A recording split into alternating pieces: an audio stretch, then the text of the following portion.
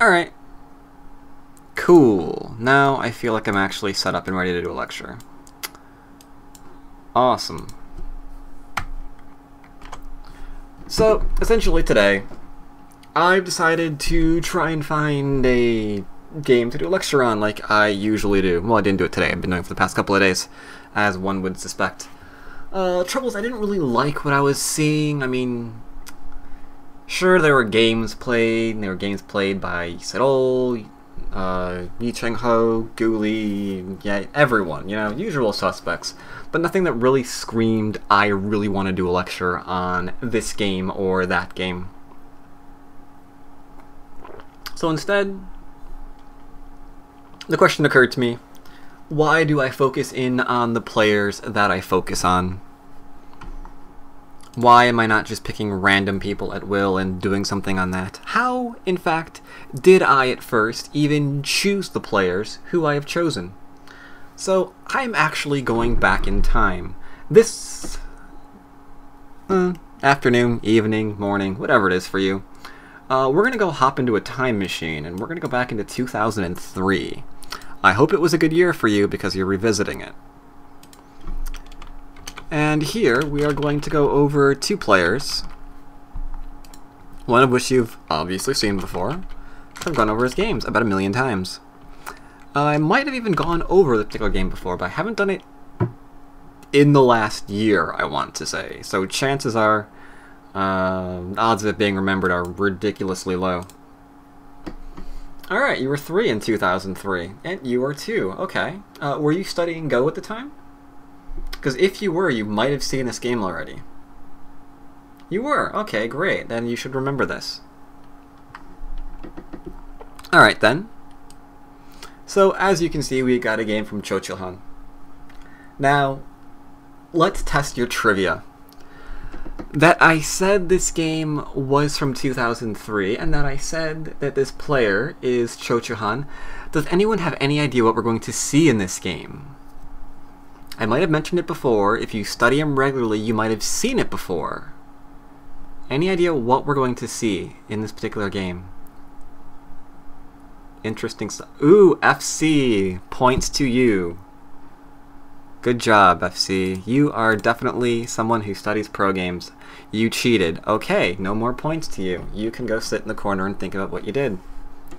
But he is in fact correct.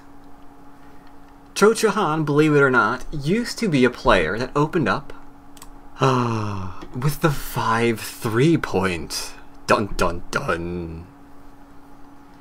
That does not seem like a kind of player that I would zero in and study.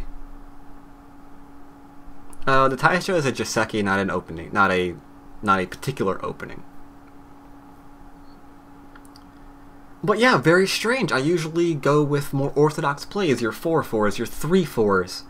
And yet I zeroed in on this player when he was playing something I did not want to see. So what was so special about this player that I would actually study his games despite opening in a way that made me want to punch kittens? That answer and more is actually coming up very, very shortly. Oh, he was definitely awesome, and I think you guys will agree after this game. Now, I should point out that he was not a professional 9-dan at the time of this game. It was my opinion at the time that his opening is one of the things that was kind of keeping him back, and I'm not sure if that's entirely true, but over the course of his career you saw him get into a more orthodox opening, and when he did, his rank went up.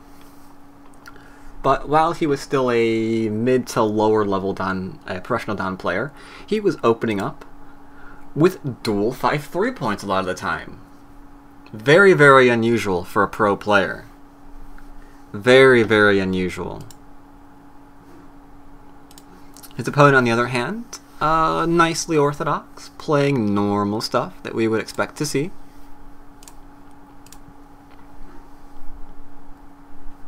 Oh, well, whatever, I'll keep it.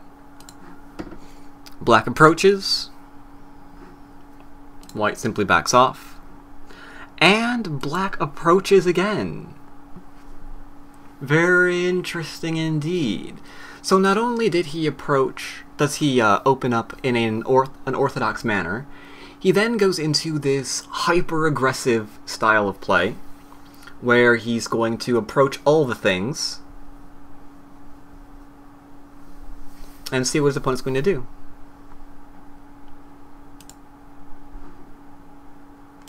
White backs off. Black has to decide how he's going to follow up. He can take, for example, a large move above, a large move below, probably not a large move on the right-hand side, and because I see this a lot from cute players who are trying to be fancy, I know some of you probably have done this before. Probably not, sorry, right side, probably not going to do it on the right. Because this doesn't make any sense. It's very hard to put these stones together with just one move. To like have one move that says they're helping each other. We're going to make a framework, it's going to make sense. It really can't. But despite it not really being able to do that, we do see some players try and play either the star point, or they try and get fancy and go off star point. So what they have are two corners that don't really help each other, and a stone that's trying to help them both, but doesn't. So you're almost defeating yourself at this point by the sheer amount of moves that you're making that don't really help you as well as they could. So instead we focus on the top or the bottom. In this instance, we see black take the bottom. Now if white tries to jump on the side, we can easily profit or attack whatever we want. If we took the top instead, it's pretty much the same thing. We can go into a nice pincer here, and our side is nice and strong. If he comes out, can't really attack anything. If he tries to go and play an outside move, so we take the corner, again, the top is kind of nicely defended, so hard to really put that into use. Instead, and I have to get this move really, really right because it's really, really strange. Is it 3? No, it's not 3. It's actually 4. No, it was 3. Yep, there and there. Alright, cool. So white actually decides to play R7. It seems deliberate, I'll give you that. I mean, you don't accidentally click on a move such as this, right? Okay, ready to go, might. Always that one person who's just gonna disagree with everything I say. But that's okay. I guess ready to go might accidentally click on a move like this. Essentially what we're looking for is we're trying to encourage him to enclose. And he's going to enclose in such a way that it's not putting a lot of pressure on here. Let's say we did something different. Let's say we played lower, right? And we have some kind of enclosure. There's a lot of pressure being put on this white stone. Same as if we went even here, for example. A lot of pressure being put there. We can back off. Hammer's probably going to come down and smash us. I think the idea here is he wants black to enclose, but there's still this amount of breathing room between the enclosure and the white stone that it's not too severe. And if he gets pincered from the other side, he can just go ahead and try to jump on in with whatever move that he feels benefits him the most.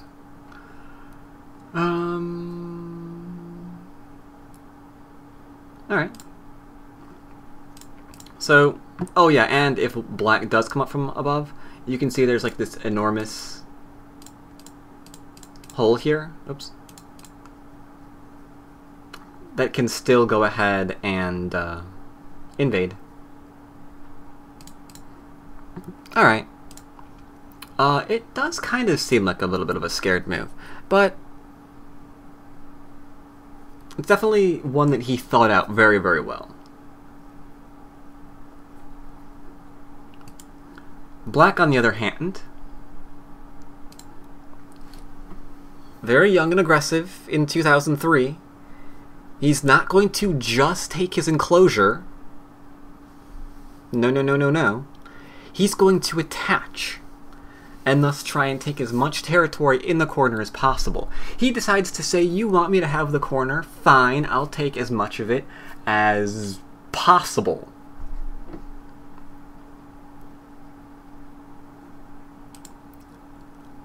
Alright.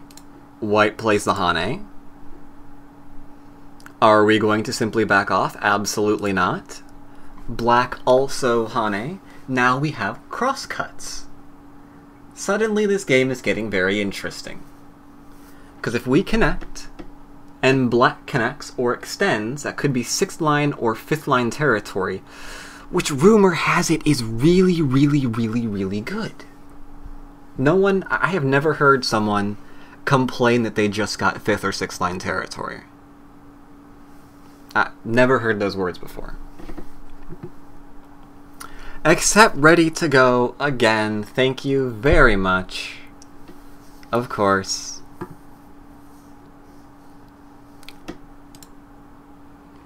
So, alright. White decides to play aggressively. Like, you don't want the corner. Fine. I'll take. Corner is now mine. Black gets the outside. Alright, some influence here. Sure, sure, sure. White even decides to come on out. Pretty nice as well. Threatens to cut through. White says no cutting through me. Also saying you have a ladder that you need to take care of. Forcing black to take. And allowing white to surround the corner. Now that is a very unusual sequence here. Let's back up and take a look at just what happened again.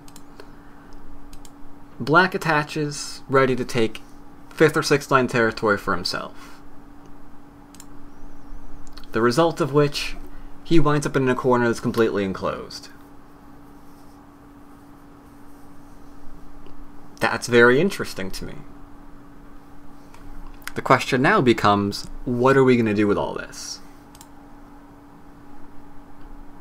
He descends. Oh, cutting is insane. Cutting is too insane. I mean, that just dies. This is just game over. No, no, no, no, not insane power. It's just insane.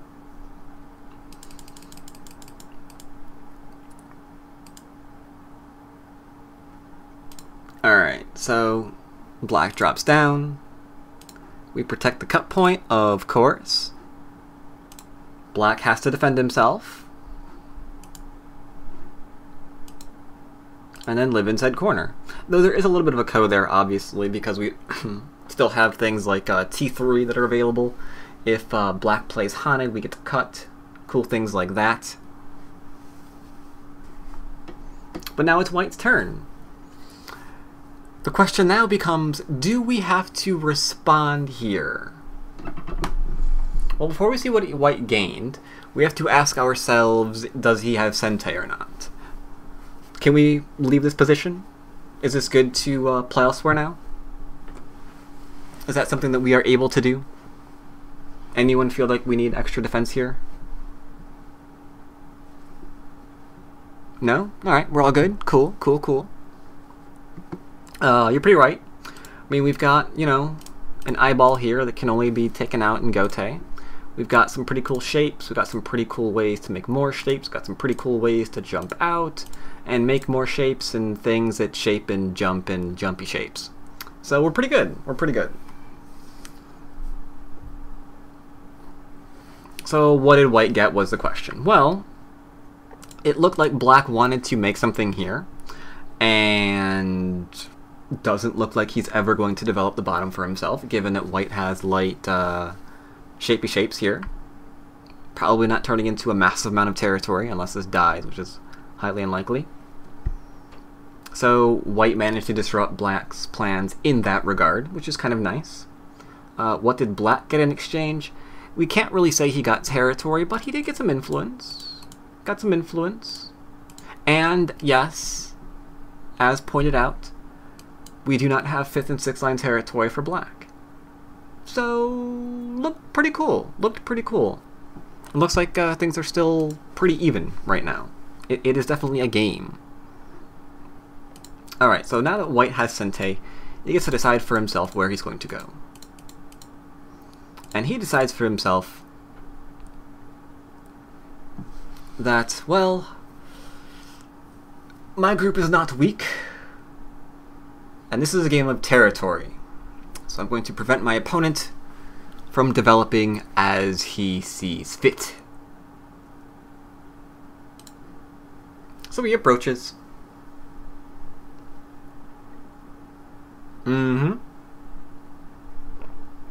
Yeah, I had a hunch that you weren't actually recommending P1 or P6.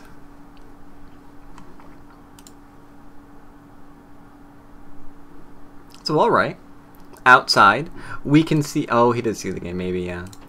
Oh, he didn't see it. Cool. Good move, then. Approaching from the outside, not trying to take the corner. If this stone gets strong, then the approaching stone is in trouble. And that would kind of make us feel pretty good as white, right? I mean, we can see black's first 2 stones, and what they were trying to do not really being overly successful at. Cool.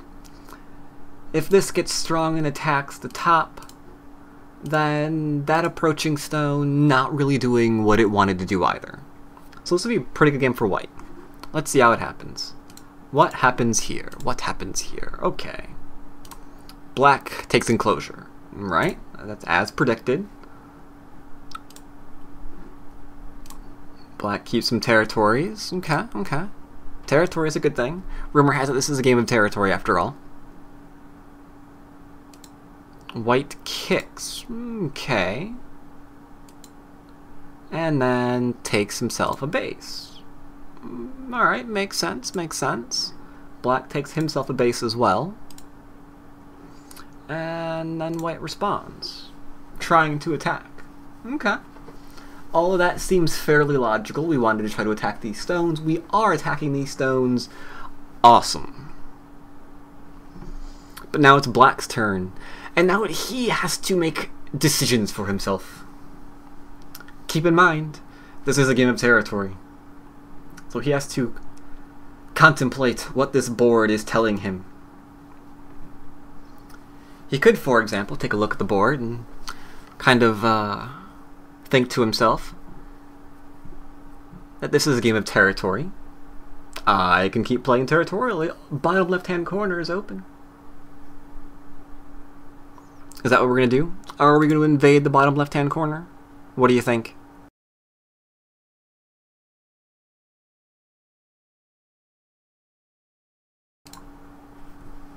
You're saying no.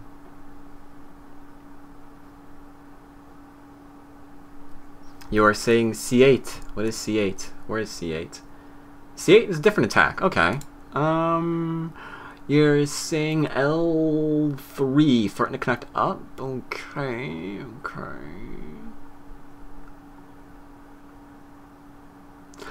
I would like to make L17 weak and run together with weak group. So says... Purokyu?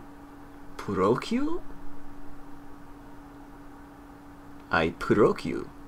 Is that like Japanese poking?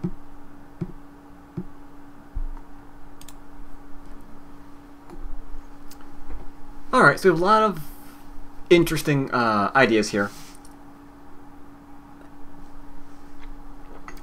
Purokyo, I see. That is very funny. Alright. Black decides to cut the small knight. An interesting decision here. Now, I'm glad that many of you did not in fact want to play a move like C3 or C617. No one did, right? Now that I just said that, let's go back up and look. No. Alright, good. No one actually said that. Good. But as I have been mentioning so far, this game is a game of territory. So you might think to yourself, well, this is a game of territory, so I'm going to go into the 3-3 point and take territory from my opponent. Only problem with that is you would soon find that you're probably giving Sente away to your opponent, and then he can kind of use Sente to go ahead and do something else, which you probably don't want to do. So this way we actually maintain initiative and get some an attack going on, which might actually benefit us. We'll have to see.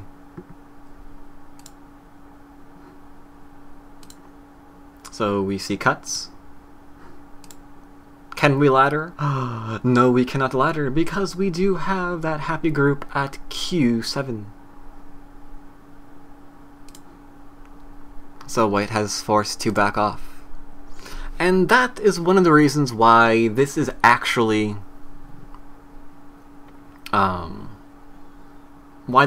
good. If there's a ladder here, probably couldn't play this way. The fact that we do have a ladder breaker makes this relatively interesting. Unfortunately, to make this interesting, you are going to have to put up with bad shapes.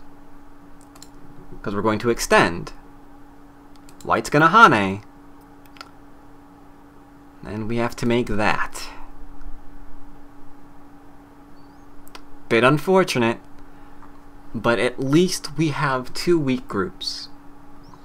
And this right here is one of the reasons why I decided to go over this game again. I know I've gone over it once before. I'm not sure if there's a video on it still on my YouTubes. I want to say it isn't. But some of my students, they often have trouble spotting weak groups, where you can create weak groups, and what benefit creating weak groups even has for you. They're more along the lines of the type that they will, you know, go back here and be like, well, if I can take all the territory from my opponent, I'm gonna win, because he's not gonna have anything left. Unfortunately, that's when we punch them in the face repeatedly until they resign. So that doesn't really go very well. There's weak groups that are probably left behind. We take advantage of those weak groups, and sure, you stole my corner, but you don't have any groups left on the board. Oh, you didn't miss anything, Levo. Don't worry about it.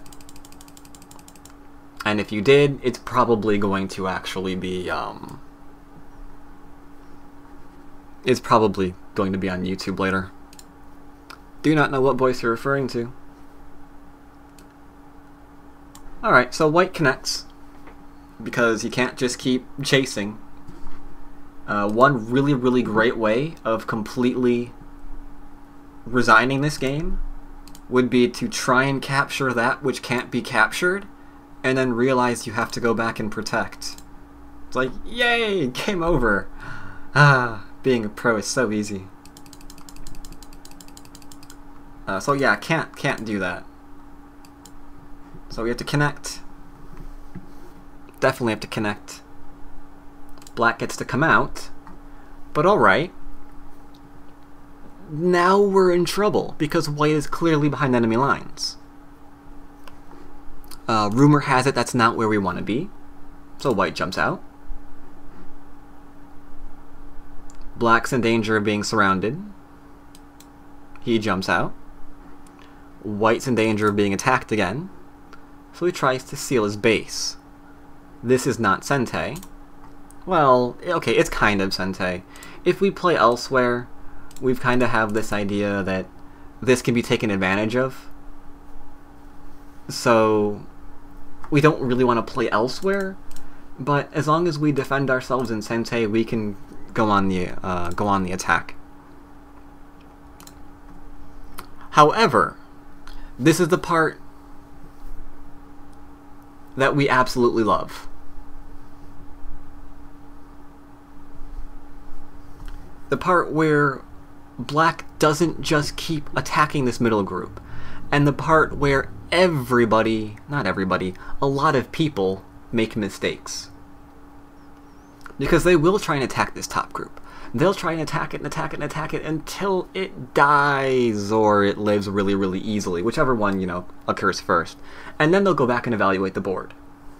Instead, Black comes out and strengthens himself on the left-hand side, ensuring there are clearly two groups on this board that are in trouble.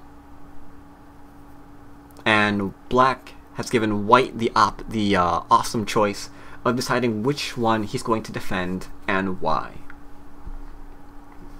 And this is one of the reasons why I immediately snapped into this player, despite the fact he was opening with moves that I did not like.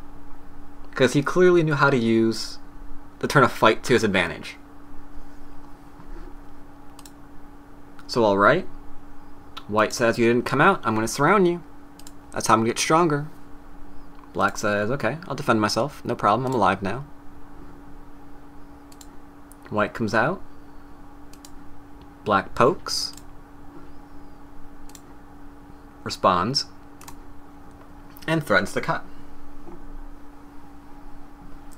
White has said he's going to defend himself in two places at the same time.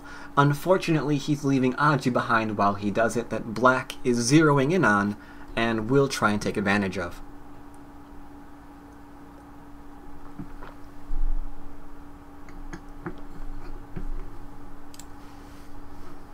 So, doesn't want to be disconnected, so we connect on up. Black surrounds and connects on up. Pokey, pokey, pokey.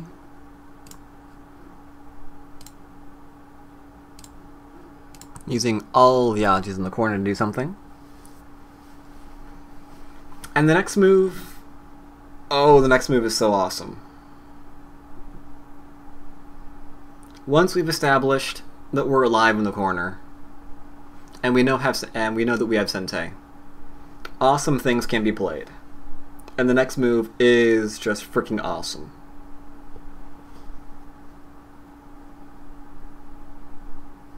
Does anyone want to share their awesome moves with us? Do you see a move on here that is just awesome?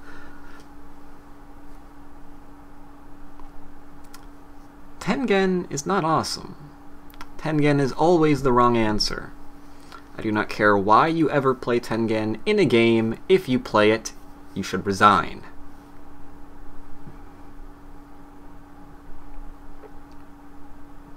Flip the board would be... Okay, because matches are often televised, that would be an awesome thing to do. I would love to see a pro player just... Maybe because they're just buckle under the pressure or whatever, but they just like flip the board over and just go punch out the record keeper or something. That would be great.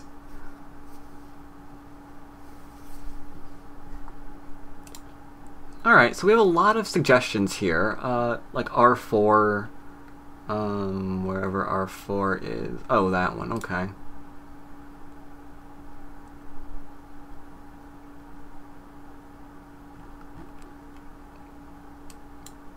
Awesome is the shoulder hit. He's identifying a few things. You are so close. That's awesome. This is awesome. It's identifying that there are problems with the bottom group, and it can easily work against this stone in order to live. But there's the middle that's also interesting, and that group kind of needs help in order for that to live. And there's a Moyo that Black is trying to create, all of which, if you work against this stone, he's going to get. So it's like, yeah, you have two weak groups, but you know what's better than two weak groups? Let's have three groups that we can attack. So we're kind of trying to do three things at once. Yeah, we're trying to get the Moyo, and there's two weak groups that we can assault. That is awesome. Black says, or White says, okay, I'm gonna live. Alright, you can live. Sure, you lived. Good job. Now, where are you gonna run?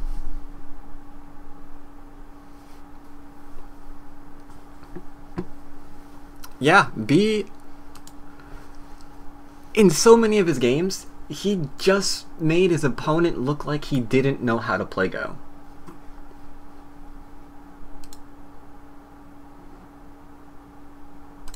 So, White takes Tengen, and by the laws of Tengen, you know he's lost this game because he played Tengen. It's a rule. I didn't make it up. Okay, I did, kind of, a few minutes ago. But I'm sure it's true. Black takes them points for himself. And White says it's okay. As long as I can run away, I'm going to be fine. So here he goes, running away. Black gets some shape for himself.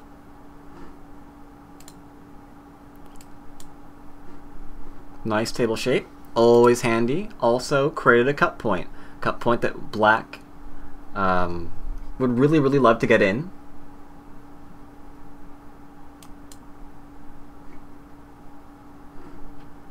White ensures that he's not going to.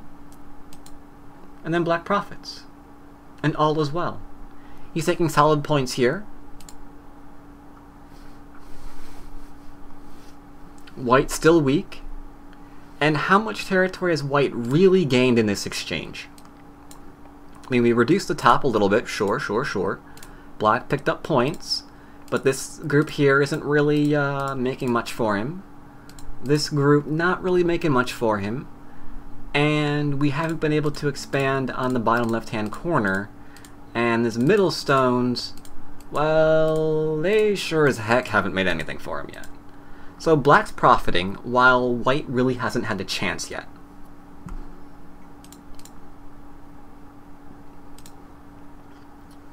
White defends. So why did White do that knight earlier? You mean this one? The one way back here? I don't think he thought it would go this badly.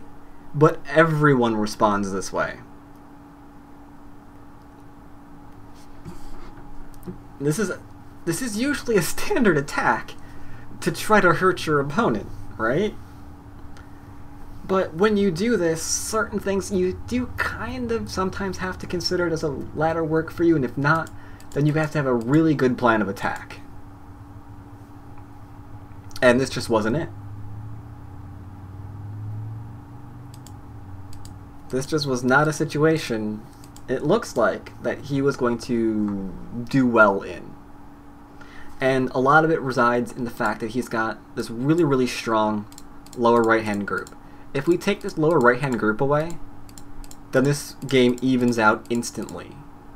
Especially with this enclosure.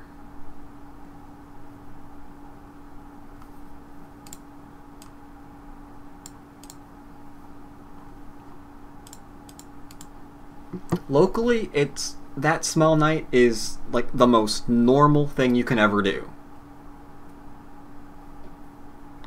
Globally, the fight does kind of lean towards Black.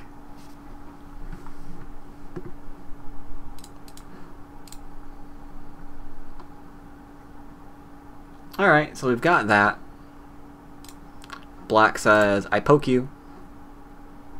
White says, well, I live. Black strengthening himself. White, of course, responding. Getting them eyes for himself. And then White says, enough's enough. We're going to go for this corner. Black says, okay, I don't mind a co. Local.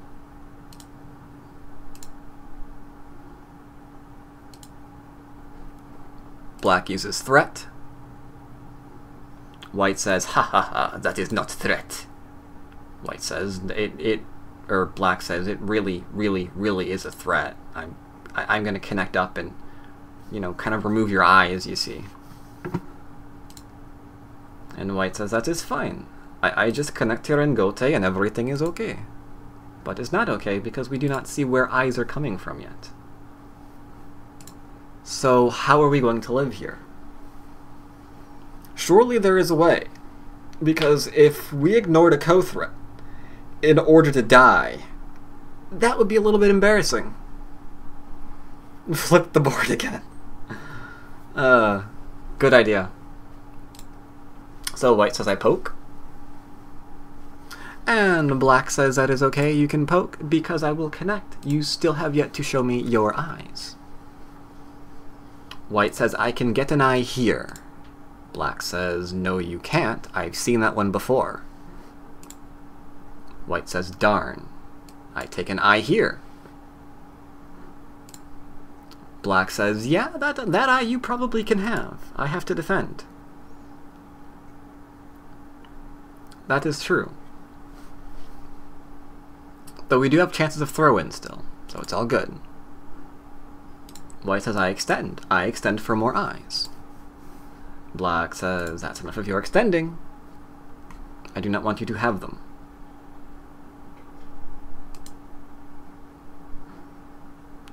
White attaches. We can see where he's trying to make the eye now. He's got this and cuttings and things like that. Black says, well, then I play here, and if you cut me, it's double Atari. Once again, no more eyes. Then I connect here. And I take your stone. Now you are dead and I live. Black connects. So there goes that idea as well. Cuts through. Cutting through is Sente. And slowly getting eye shape for us. Have to respond. No ifs, ands, or buts. There we go. Now we are getting eye shape. Clearly we have eye shape. I can count eye shape. There's potential eye here, here, here, everywhere. There's life, right? Now we live. Do we live? Yes. Is white live? How is your life and death? Do we live? Are we dead?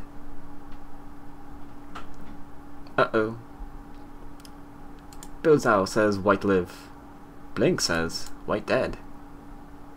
Ready to go says white dead. Your teacher, you tell us. Well, don't worry, I shall. Unfortunately, with one move, that does turn into what we call not an eye. So black pokes. No, he doesn't. I just fracked up the tree.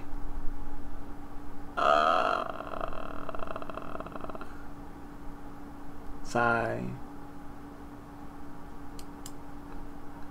He pokes there first. He does the other one later. Darn it. Throw it in first because we can connect and make sure that that's not an eye. Yeah.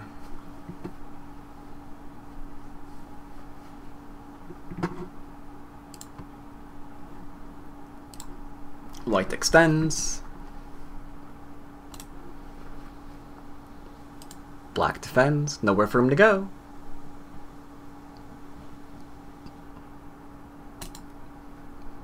White attaches. And we have a descent.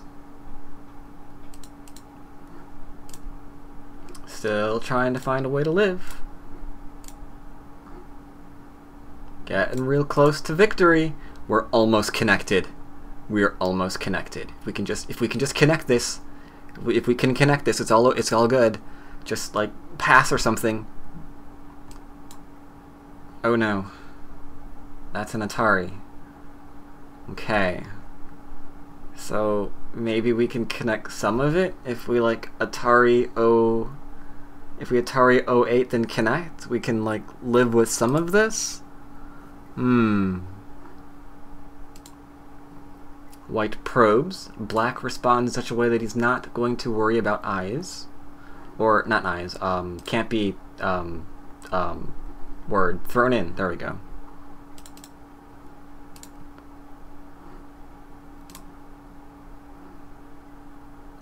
White responds to possible Atari in a defense.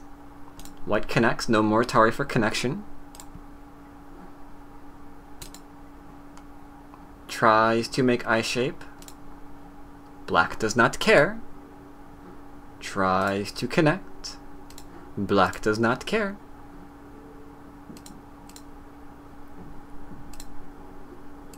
Tries to create some sort of capture race. And unfortunately, black does not care. Because black is connected up. So, it would appear to the casual observer that that White's dead. Which is actually quite true, because anyone can see that that is actually dead. Which is why White resigns. So, one of the reasons why I liked studying this player is a lot of his games were very, very flashy, and they involved a lot of things dying horribly. And I was rather into that. I rather like seeing that. I have to say I'm entertained when groups start getting captured on large scales. So, and you know, if it doesn't go to endgame, because every game is like going into a resignation, then I don't have to worry about endgame, right? Because I didn't want to study endgame. Who cared about endgame? I just cared about fighting and killing things. I have absolutely no idea what they were then.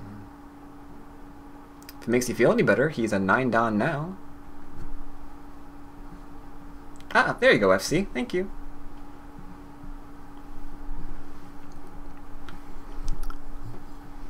So yeah, this is one of the reasons why Cheolhan was always on my radar, despite having an opening that I did not really like. He was obviously strong enough to slaughter people. And it was in such a convincing fashion that it was just awesome. Because this, despite being between two professionals, it looked like White was an amateur. It really did. And I absolutely love seeing disparity in strengths of that magnitude. There's a lot of nice, really basic things you can learn from those kind of games. Good direction of play answers. Really, really great ideas for... yeah, these are pros. Really, really great ideas for studying attacks for yourself, for example. I mean, you get really great ideas such as this shoulder hit. I mean, this was just like a beautiful idea. Great direction such as this, and not going all in on just one group until it's alive, and then another group until it's alive, and then like another group until it's alive, until you realized everything was so straightforward, only one thing was occurring at a time, so of course they all lived, and then what are you left with? This art of having everything unsettled simultaneously, and then seeing how your opponent handles those things. Really love seeing games like that. I never get tired of seeing the games such as those. So I hope you enjoyed this game. And this did not take nearly as long as I thought it would. Wow. Do we really have 15 minutes left?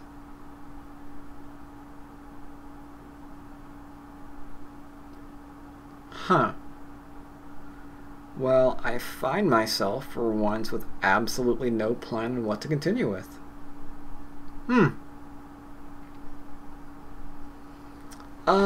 What rank am I? I am officially ranked as a 5 Dan AGA from, I don't even know how many years ago. I think 2000 and I'm gonna say 3 or 4 is when I had that rank. I haven't played in an official game since. No. Absolutely not.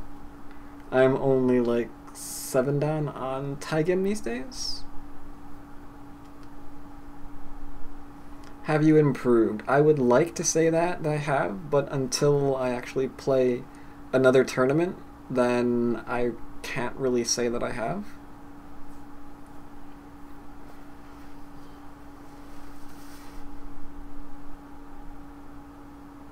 No, because that's nothing to back it up with. I can say I'm a 5 Dan because I got ranked a while ago. Like, for frack's sake, I got ranked about 10 years ago, and that's what I was. I still play, and I still study. Yeah, I haven't really, because it was in the, I haven't, I went to the AGA US Go Congress once, and that was a really, real happy experience.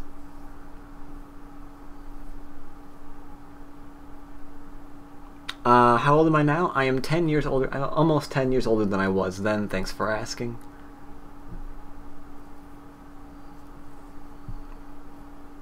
Word of advice, though, for... No, I said I'm 10 years older than I was then. But yeah, word of advice for anyone going to a really expensive tournament like that. You may want to just not get sick. You'll find that you'll play better. Yes, I am 10 years older than I was 10 years ago. That is true. Yeah, I went to the Go Congress, and I got sick the first day. It was really, really disgusting. So there I was, trying to like get my rank for the first time, an official AGA rank, and like I had a raging fever and I couldn't think straight. Oh, it was really, really good. Where was that Congress? That was...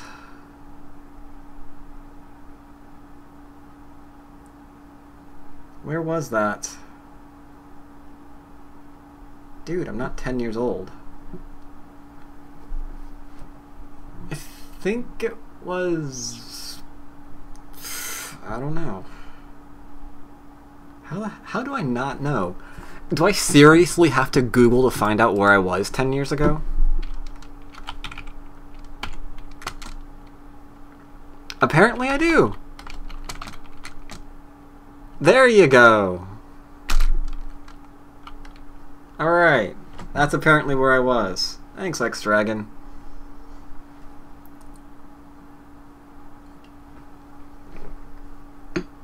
Am I sure? He said it, not me, man. I'm as certain as the chat I just read. I don't think I was playing Go in your closet. I'm not Psy. Nor am I a ghost. Sorry to disappoint you. What things do you like other than Go? Well, someone has never been to my YouTube channel. But thank you for questions that are extremely easily answered. Immediately people answer. There you go. Am I going to the Congress this year? Oh, I wish I could. I had planned on going this year, but unfortunately it didn't really work. I am not PewDiePie. I wish I was. Oh my god. Being able to make that much money off YouTube would rule. How did I start playing Go? Really easily, actually. A friend of mine went to New Orleans and came back with tales of a game that he had discovered. A game that we all had to play. So, naturally, we all played it, and I'm really the only one that stuck with it. So, yeah. No, it was Go.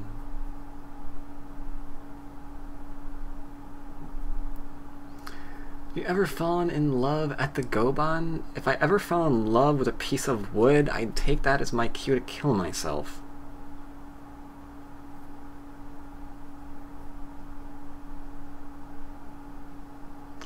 Oh, another player.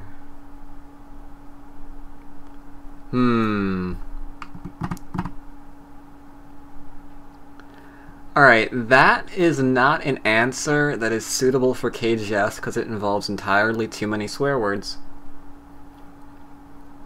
Did I have a teacher? Not really. I had I think 2 lessons with Yilin Yang when I was like 7Q and I didn't really like him very much. Okay, that's bad to say.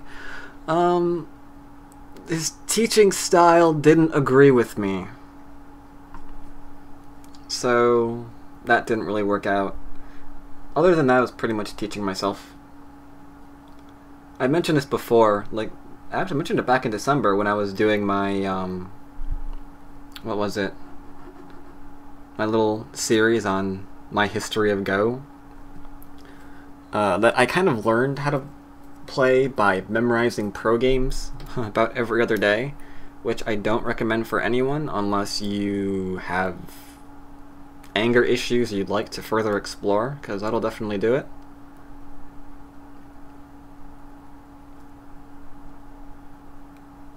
Can I beat imaginary characters? I don't know, maybe.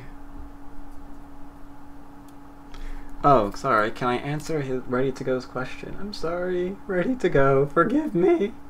I'm gonna go back and answer his question. Where's your question? I'm not seeing it, Ready to Go.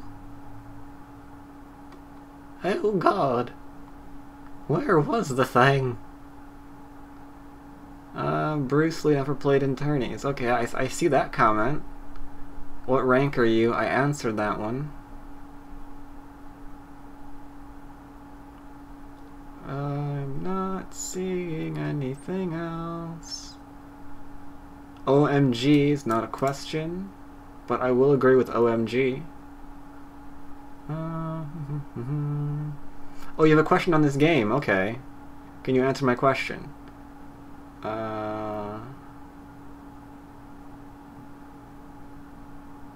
No, read now.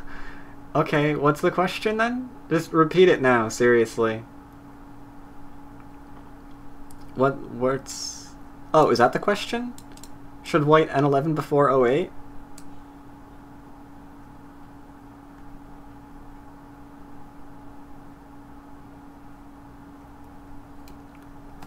Alright, I'll answer that.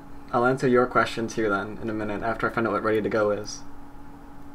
Because now I'm curious what Ready to Go's question.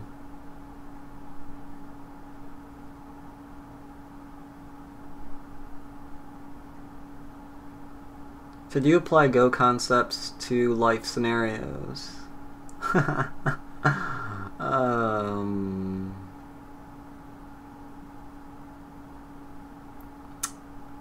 I don't think that conversation's appropriate for this either. If you follow proverbs with real life scenario, no, I'm not touching that question. I'm not touching that question. Why not attack the upper group? Oh, sorry, was that one? Dude, I've been ready for your question, yes. Oh, that's it? Why not attack the upper group? Okay. What upper group and when?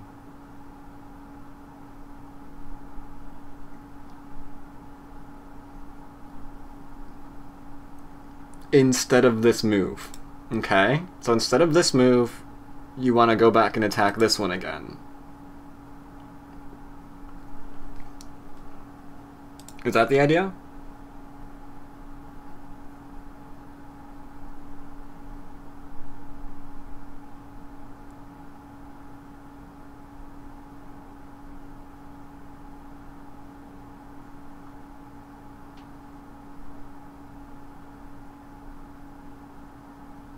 Instead of this move that was already played out, I have absolutely no clue as to what you want to play instead. The upper right group was surrounded. Uh-huh. Yes, it was. That is true. He jumped out, white surrounded group. Okay.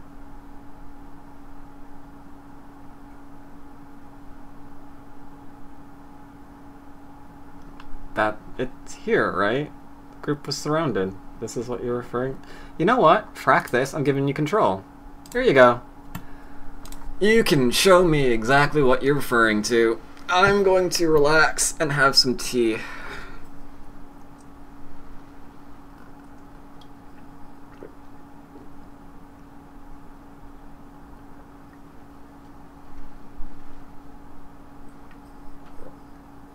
Carrots are pretty good. I do prefer them in a soup of some kind, though.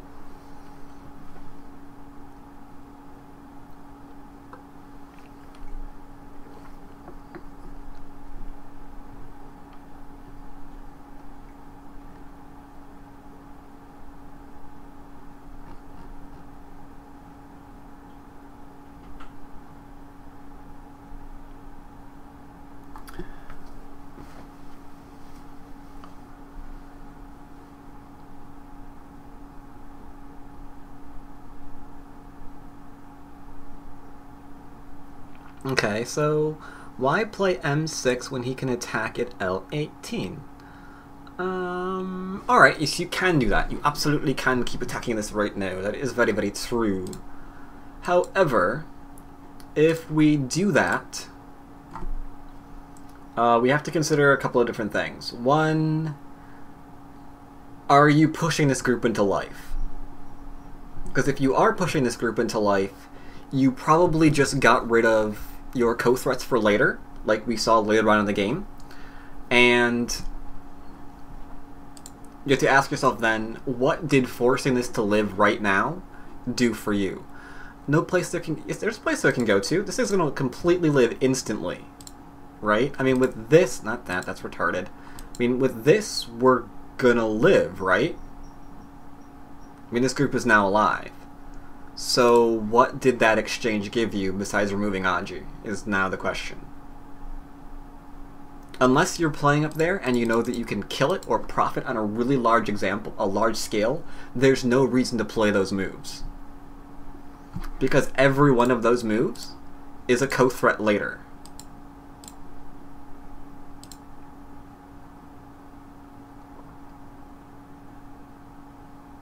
You know?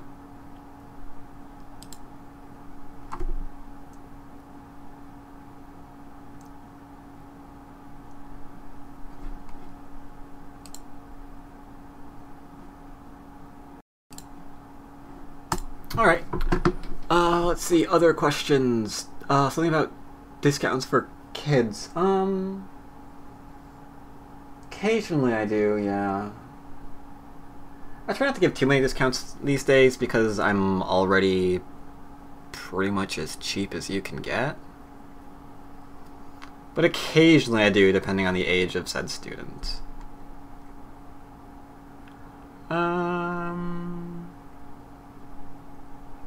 Alright, what do we have here? What else did we have? Short-sightedness, carrots, yup, drink coffee. I don't really drink too much coffee, actually. Upper group was surrounded. Ask the teacher, not bad unless you're trying to... Okay, do tiny kids. Oh, maybe you meant, you know, kids with a height impediment? I don't know. I have to think about that one.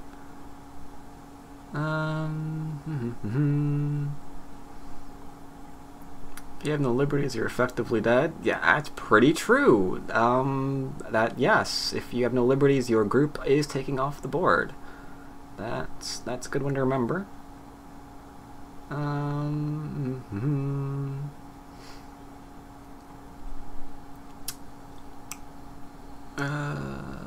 Discounts again. Concepts I'm not touching. Back as I can see.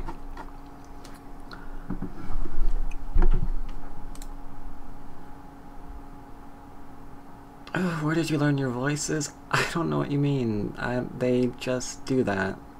How much do I cost? The lectures, these lectures cost 20. My actual one-on-one teaching games, though, are 13.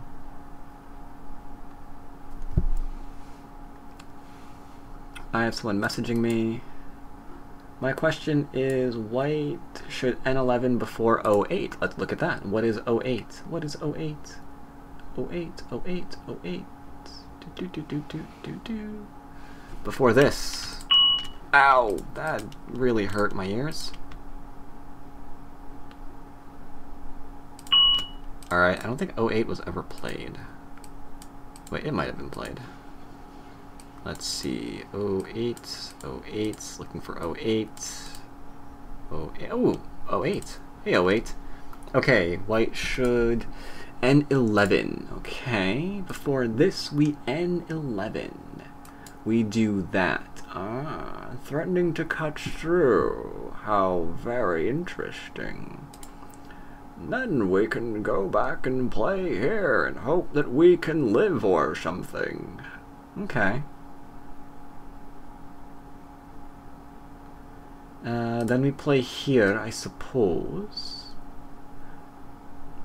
However, you're still going to find that this is not going to live. You are still going to die. Wait a minute. That actually not work. That stupid move, don't play that. Bad idea. Okay, we have to connect. Good point. then we can do what? Then we do this? If we do this, then that happens. Interesting problem.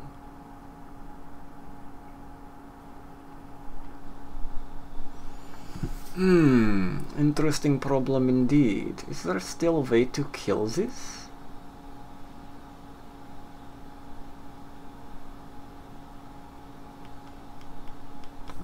I think we can just kill this with that, because if you go there, then I go there, that connect, when we capture.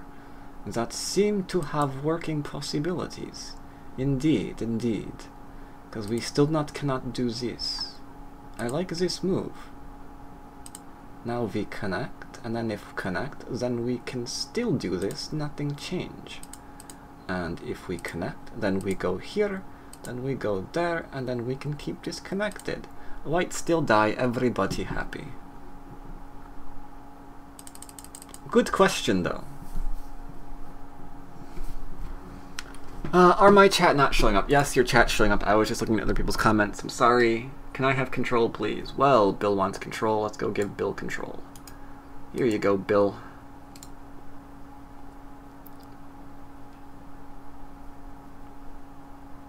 I wonder what he's going to show us now.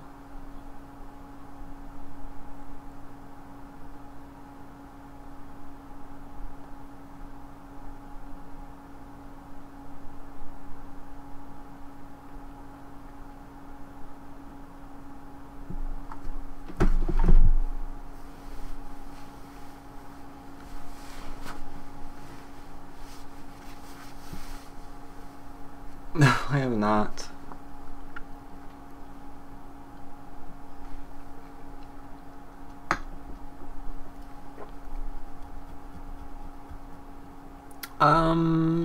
Alright. A couple of things that I like about this. I like that you're exploring different variations, that's cool. You just killed the top group because white ended in Gote.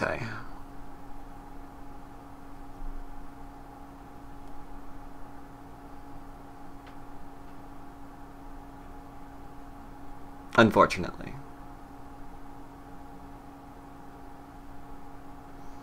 Because the main thing hasn't really changed in this variation there, Bill. We're still going to have 3 really, really awesome weak groups to attack, and white can't really respond. If we respond with something like, you know, this or whatever, then this just gets killed. If we respond, you know, out here or something, then this is just getting surrounded and killed, and we still have to go back and try to live here, which, okay, that would definitely live if you just throw in and kill yourself. But yeah, very, very difficult to live.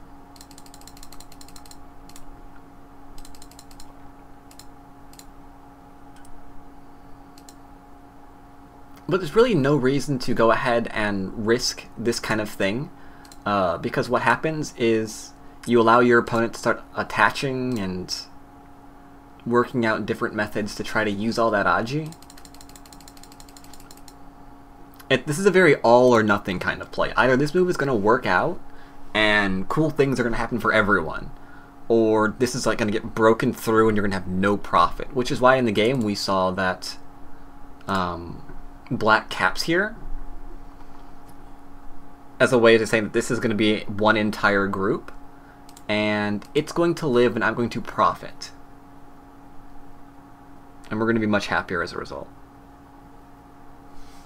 As Ready to Go says, surround first.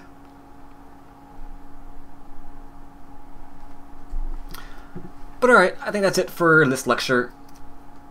Thanks everybody for stopping by. I hope you all enjoyed it. Let's see, we will of course be having another lecture week after next. I once again have no idea what it's going to be on. I will find out when I find out.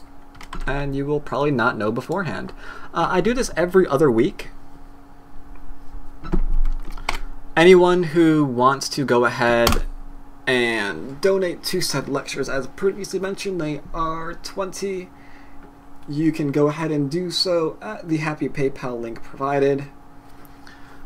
If you do not already know about my YouTube channel, where I do upload some games, both Go related and otherwise, my lectures, that kind of deal.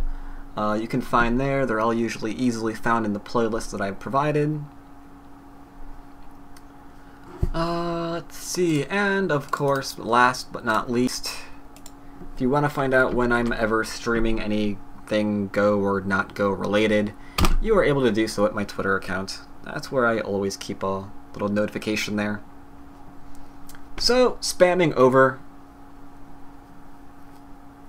I shall see you guys again next time. Hope you all enjoyed, and I hope you all take care. Goodbye, everyone.